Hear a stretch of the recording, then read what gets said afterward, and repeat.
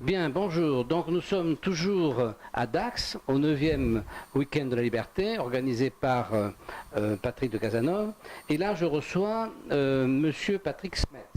Alors, Monsieur Patrick Smets, donc, est un monsieur qui est docteur en sociologie de l'Université de Bruxelles et qui, vous allez voir, c'est assez extraordinaire. Donc, il est libertarien. Alors libertarien, alors déjà quand on dit de quelqu'un qu'il est libéral, c'est grave dans notre société, mais alors quand il est libertarien, alors là, il faut un courage infini pour assumer une chose pareille. Donc vous êtes libertarien et donc ça veut dire que vous considérez que l'État n'a quasiment pas lieu d'être. Je pense que l'État n'a pas lieu d'être. Du tout. Du tout. Du tout. C'est-à-dire que l'État est le résidu de la violence historique des invasions barbares. En tout cas, l'État est la violence, ça c'est sûr. L'État est la violence, il est la concentration de la violence, et en tant que tel, il est l'ennemi de la civilisation et l'ennemi de la culture. Et je pense que l'aboutissement d'une société civilisée, c'est la disparition de l'État. Alors, vous me direz, aujourd'hui, c'est pas possible parce qu'on n'est pas civilisé, mais les deux se mélangent évidemment. L'État est un facteur de trouble, est un facteur de barbarie au cœur même de notre société. Et donc, c'est le fait la poule. Donc moi je suis d'avis qu'il faut aller très vite pour supprimer l'État, le plus vite possible, et que la société qui en sortira, même s'il y a un petit peu de chaos au passage, sera plus civilisée, plus juste. C'est-à-dire que vous vous opposez totalement intellectuellement à ceux qui disent s'il n'y a plus d'État, c'est la jungle. Ou alors vous dites la jungle est préférable à l'État. Ah, non. L'État c'est la jungle. L'État c'est la jungle. C'est l'État c'est le clan des plus forts qui se sont mis ensemble et qui font régner la loi de la peur partout autour d'eux. Oui. Et ce n'est que dans la mesure où, de temps en temps, des forces arrivent à contraindre l'État pour le maintenir dans un rôle dont il ne peut pas sortir, c'est le principe de la Constitution, c'est le principe du droit, ce sont des choses qui viennent de l'extérieur de l'État et qui contraignent le gouvernement, et c'est là qu'on arrive à la civilisation. Et donc la société porte en elle les principes de civilisation, et l'État, c'est la jungle. Alors, communément, il est admis que l'État est le seul détenteur de la force. Mais si, et donc il en abuse, là je peux qu'être d'accord avec vous. Et donc il devient finalement le plus grand des bandits, puisqu'il a la force et qu'il en abuse aveuglément. Mais si on supprime l'État, est-ce que pour autant on supprime la force? Il y aura toujours la force, comment on la gère? Alors, l'État, ce n'est pas seulement le monopole de la force. D'abord, ce n'est pas le monopole de la force, contrairement à ce qu'ils essayent de faire croire.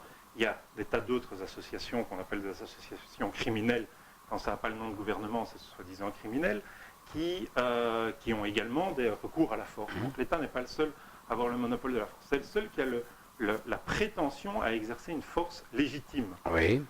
Ce qui n'est pas vrai non plus, parce qu'il existe des cas de légitime défense où les individus peuvent exercer une force légitime. La particularité de l'État, c'est la concentration extraordinaire de force en un seul et même point, c'est-à-dire une capacité à créer une sorte de pyramide qui aspire les forces individuelles pour développer une force démentielle au sommet de la pyramide. Cette force démentielle, elle a un objet matériel qui la caractérise aujourd'hui, c'est l'ogive nucléaire. L'État est le seul institution qui ait jamais pu développer une force telle qu'elle est capable de faire exploser la planète. C'est ça la réalité de la force.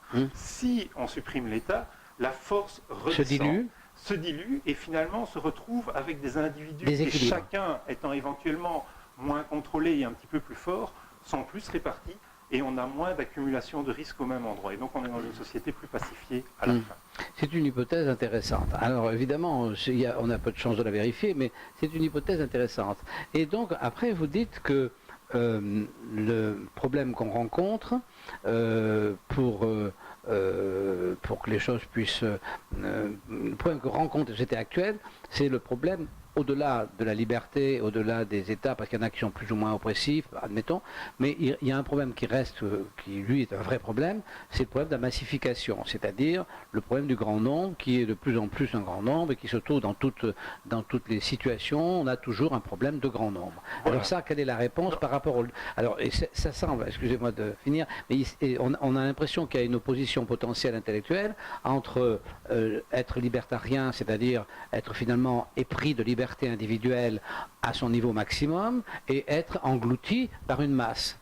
Alors là, quelle est votre opinion? Donc effectivement, il y a un sentiment personnel d'engloutissement qui est probablement à l'origine d'une recherche d'explication philosophique qui conduit à devenir, vous dites libertarien, mais allons jusqu'au terme, à devenir anarcho-capitaliste, comme ça s'appelle. Sur la question de la masse que vous associez au grand nombre, il y a un auteur que j'aime beaucoup, qui est José Ortega y Gasset, et il a écrit La révolte des masses en 1920, et il a une explication tout à fait fascinante sur la notion de masse. Il dit la notion de masse, ce n'est pas juste une question de nombre, parce que on a beau construire des théâtres, à l'époque on allait au théâtre, pas au cinéma, mais enfin ça pourrait être des salles de concert aujourd'hui, on a beau construire des théâtres toujours plus grands, on a beau toujours construire des magasins plus grands, il y a toujours foule. Donc on n'est pas dans un problème où on n'est pas dans un problème de fluide qu'il faudrait essayer de ranger dans des petites fioles et agrandir les fioles, ça va fonctionner. Et il dit, Madrid, quand j'étais petit, donc on est au tournant du 19e vers le 20e siècle, Madrid, quand j'étais jeune, il y avait à peu près le même nombre de personnes, mais il n'y avait pas le sentiment de foule. Il y avait toujours de la place. Il y avait de la place dans le train, il y avait de la place au théâtre, il y avait de la place au restaurant. Aujourd'hui, il n'y a plus de place. Pourquoi ? Parce que la massification, c'est d'abord une uniformisation intellectuelle. C'est-à-dire que c'est par l'uniformisation des modes de vie, l'uniformisation de la pensée, l'uniformisation de la culture, qu'on se retrouve avec les mêmes personnes, au même endroit, au même moment. Je vais vous prendre un exemple qui m'est arrivé encore il y a 2 jours. Je conduis ma fille à son école tous les matins. Il faut passer en dessous d'un petit pont où il y a l'autoroute qui déverse son lot quotidien d'automobilistes.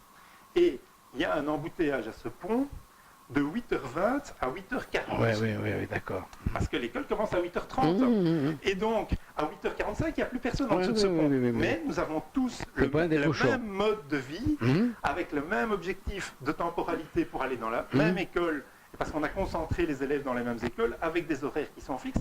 Et en fait, tous ces phénomènes de foule qui nous perturbent tout le temps et qui sont extrêmement préjudiciables, tant d'un point de vue écologique que d'un point de vue économique, sont liés d'abord et avant tout à des uniformisations de mode de vie.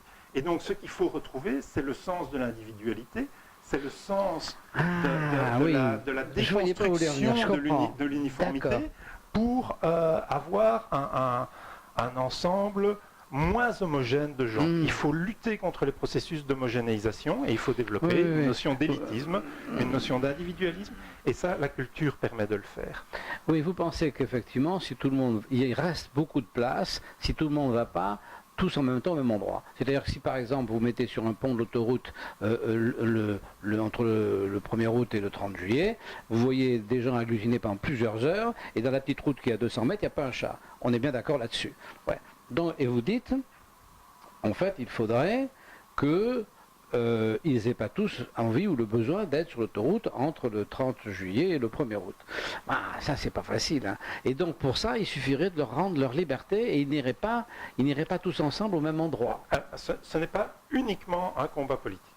C'est aussi un combat culturel. C'est-à-dire qu'il y a aussi la nécessité d'injecter le goût de la différence, d'injecter le plaisir de ne pas faire la même chose que le voisin. Il y a un désir mimétique entre les hommes qui fait qu'on a tous envie d'aller au même endroit. Et ben, moi, par exemple, je vais très rarement en vacances dans le sud de la France. J'aime bien le nord de l'Europe. J'aime pas tellement le soleil quand il est trop violent en été. Ça me plaît pas. Je préfère des régions un peu plus tempérées. Ce sont des endroits magnifiques pour passer des vacances avec une culture extraordinaire. Il n'y a personne. Et il n'y a personne. Et c'est formidable. Et ben voilà, mais simplement, je suis pas en train de faire exactement la même chose que le voisin. Et c'est drôle mais parce que... les grandes entreprises, parce que quand on est anarcho-capitaliste, on nous dit toujours, oui, alors les grandes entreprises, c'est ça que vous voulez. Je pense que les grandes entreprises ont évidemment ce défaut de massifier les goûts. Et les grandes compagnies aériennes, les grandes compagnies de vacanciers avec le développement de méga complexes dans les pays méditerranéens, etc., participent évidemment à guider les gens vers des modes de vie identiques. Et cela, mais je ne pense pas, d'abord ce n'est pas à la loi, et d'ailleurs l'État renforce ce mouvement plus qu'autre chose, c'est un combat culturel, comme je disais, et donc il faut retrouver le sens de son individualité. j'avoue que j'avais survolé, j'ai survolé la littérature libertarienne parce que ça me paraissait la disparition totale de l'État. J'arrive pas à le concevoir réellement. Donc pour moi, l'État réduit me semblait suffisant, donc le libéralisme me semblait suffisant, mais toujours une espèce de mystère pour le libertarien. C'est quand même, c'est la première fois que j'en vois un vrai en chair et os. On est quelques-uns quand même, on est de plus en plus nombreux. Pas beaucoup, pas beaucoup. Alors, ce qui me trouble dans votre affaire, c'est que quelque part, vous vous rapprochez des écolos, genre Montassier, genre ces gens qui vont dans le monde chercher des endroits où ils sont tout seuls. Alors, à un moment donné, la massification extrême, puisque on parle qu'on serait 50 milliards, c'est que l'endroit où on est tout seul, il n'existe pas. Et est-ce que, alors vous dites, mais c'est pas le problème d'aller chercher un endroit tout seul, c'est le problème de ne pas être au même endroit en même temps. Ouais. Alors d'abord, les grands espaces vierges continuent d'exister. Et puis bon, on peut être modéré aussi. On n'est pas non plus obligé d'aller tous vivre sur une île déserte. Oui. Certainement pas la même tous en même temps, sinon on n'a rien résolu. Oui, et vous parlez des écolos, mais c'est un mouvement qui est présent depuis la nuit des temps. Enfin, je veux dire, le retrait d'une série d'individus qui veulent vivre plus authentiquement. C'est l'origine des monastères, etc. Et les Américains, dans le mouvement libertarien américain, il y a énormément de ce plaisir des grands espaces. Alors en Europe, les grands espaces, il y en a un petit peu moins, il faut bien le reconnaître. Mais on n'a pas besoin d'un très grand espace. Je veux dire, il y a moyen de se distribuer plus. Si déjà on ne se rue pas là où tout le monde se trouve, et vous pensez que ça pourrait se faire naturellement? Ça pourrait se faire naturellement. Mais parce qu'il n'y a pas d'exemple animal. Si vous voulez, les animaux qui vivent en groupe, ils sont toujours regroupés. Et les animaux qui vivent seuls, ils sont seuls parce qu'ils sont vraiment seuls. Mais on n'a pas bien de... Est-ce que c'est une utopie ou est-ce que ça pourrait exister? En tout cas, c'est drôlement intéressant, effectivement. Il n'y a aucun animal qui vit dans des mégalopoles de 10 millions d'habitants. Ah, bah si, les abeilles et tout le bazar. Mais c'est biologiquement très très loin. C'est un peu. Ah, mais il y a des gens qui disent que non. Il y a des groupes naturels. La solitude seule, ça peut rendre fou. Donc il faut avoir des contacts humains. Je ne suis pas en train de sombrer dans la misanthropie complète. Mais il y a un juste milieu. Et il y a surtout une volonté, une tendance de réapprendre un peu de solitude, un peu de déconnexion. On est tout le temps connecté sur Facebook, sur Twitter, etc. C'est quelque chose qui est très très mauvais à long terme, je pense. Il faut réapprendre le silence, le retrait. Il faut explorer son intimité et finalement devenir sa propre île déserte. Oui, non, mais je comprends votre démarche. C'est quelque chose qui est possible, parce que le mouvement inverse ne s'est pas passé naturellement non plus. Le mouvement inverse, c'est une série de politiques qui sont allées dans le même sens, avec la volonté de contrôler les populations. Oui, voilà, un intérêt pour l'élite. Donc dans votre cas, il n'y a plus d'élite, il n'y a plus de nécessité d'élite. Dans ce que vous décrivez, il n'y a plus de nécessité d'élite, puisque chacun, il n'y a plus de structure. Donc s'il n'y a plus de structure, il n'y a plus de commandement, donc il n'y a plus d'élite. Alors est-ce que les hommes peuvent vivre sans être dépendants d'une élite, sans être esclaves? Ça c'est un problème qui remonte à déjà un certain temps. Que la question est posée. Oui, mais c'est un questionnement. Et vous le vivez comment ça au jour le jour? C'est-à-dire que cette opinion, vous la partagez avec d'autres? Vous arrivez à la... Je participe à des conférences comme ici au Week-end de la Liberté du Cercle Frédéric Bastiat. Et la résonance que vous avez en face, alors ça... C'est vraiment très individuel. Et ce n'est pas politique, étonnamment. Je trouve des gens qui réagissent très très bien un peu partout, et des gens qui réagissent très très mal un peu partout. Ah oui. Et j'ai pas mal de camarades libertariens qui ne sont pas du tout d'accord avec ce que je dis, et pour qui, si à partir du moment où c'est volontaire, il n'y a plus à faire de jugement moral sur la qualité de la civilisation. Moi, ce que je dis, c'est qu'il y a une qualité dans la civilisation qui doit être préservée. On ne peut pas être juste dans l'efficacité administrative est productrice tout le temps. Il y a quelque chose qui ne se mesure pas, qui est de l'ordre du moral, qui est nécessaire à préserver et donc sur lequel il faut réfléchir. Mais je pense que si, je pense. Alors, ça, c'est un vieux fantasme, c'est que l'anarchie voudrait tout détruire. Vous n'oubliez pas que le A dans le O, ça veut dire... Elle veut tout admettre, c'est pas pareil. L'anarchie, elle veut tout admettre. Elle ne veut pas tout détruire. L'anarchie, le principe de l'anarchie, pour moi, le principe de l'anarchie, c'est de tout admettre. Donc, si vous voulez, du moment que c'est humain, il n'y a pas de jugement. C'est ça l'anarchie. Je ne juge pas. C'est ce qu'on n'aime pas, on le combat par la raison. On ne le combat pas par la force. Alors que le gouvernement utilise toujours la force en premier moyen. Oui. Donc l'anarchie, c'est d'abord la disparition de la force dans les relations humaines. C'est pas la disparition de la culture, c'est pas la disparition des institutions intellectuelles. Oui, on est d'accord. Parce qu'on essaye de faire passer pour élite et dirigeant serait le même mot. Vous les avez utilisés tous les deux de façon équivalente. Je ne pense pas que les dirigeants soient une véritable élite. Au contraire, ils sont de plus en plus représentatifs de la masse et totalement connectés à la masse. Et quand vous faites partie des élites intellectuelles et les gens qu'on admire intellectuellement et qu'on suit, on se rend compte que systématiquement, la première chose qu'ils disent, c'est « moi, je ne veux pas exercer le pouvoir parce que, bien sûr. Parce que ça ne fait pas partie des désirs nobles de l'homme, en fait. » Absolument. Et donc, je dis, l'aboutissement de la civilisation, c'est l'anarchie, parce que c'est la disparition... Oui, mais ça, alors c'est très intéressant. C'est la disparition de l'État. Quand dans sa vie, on a fréquenté ou touché d'assez près le pouvoir, on sait que c'est inacceptable. C'est inacceptable d'avoir le pouvoir. Parce que, si vous voulez, vous êtes obligé de casser des choses qui ne méritent pas d'être cassées. C'est ça le problème du pouvoir. Donc, je suis d'accord complètement sur le fait que le pouvoir est quelque chose d'inhumain. C'est pas normal. On ne peut pas avoir envie du pouvoir si on est un honnête homme et si on aime l'humanité. On ne peut pas avoir envie du pouvoir. Ça, je suis d'accord avec vous, complètement. Ah, c'est intéressant. Hein. Je vous remercie. Ah oui, non, c'est intéressant, mais c'est des discussions qu'on n'a pas souvent. Donc, si vous voulez, c'est quand même très intéressant.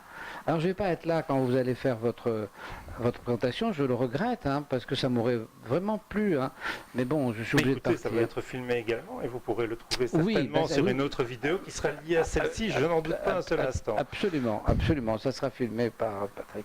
Mais écoutez, je vous remercie. On a fait le tour du sujet. C'est moi qui vous remercie. On n'aura jamais fait le tour du sujet. Non. Je crois qu'il faudra 40 ans de réflexion. On n'a pas oublié quelque chose de grave qu'il ne faudrait absolument pas oublier. Non, on a un petit peu quand même évoqué ce qui est votre engagement et votre passion intellectuelle. Tout à fait. Je pense qu'on a fait le tour et je vous remercie de m'avoir interrogé. Eh bien écoutez, nous allons quitter nos amis. Merci d'être venus et puis donc à bientôt, on se reverra.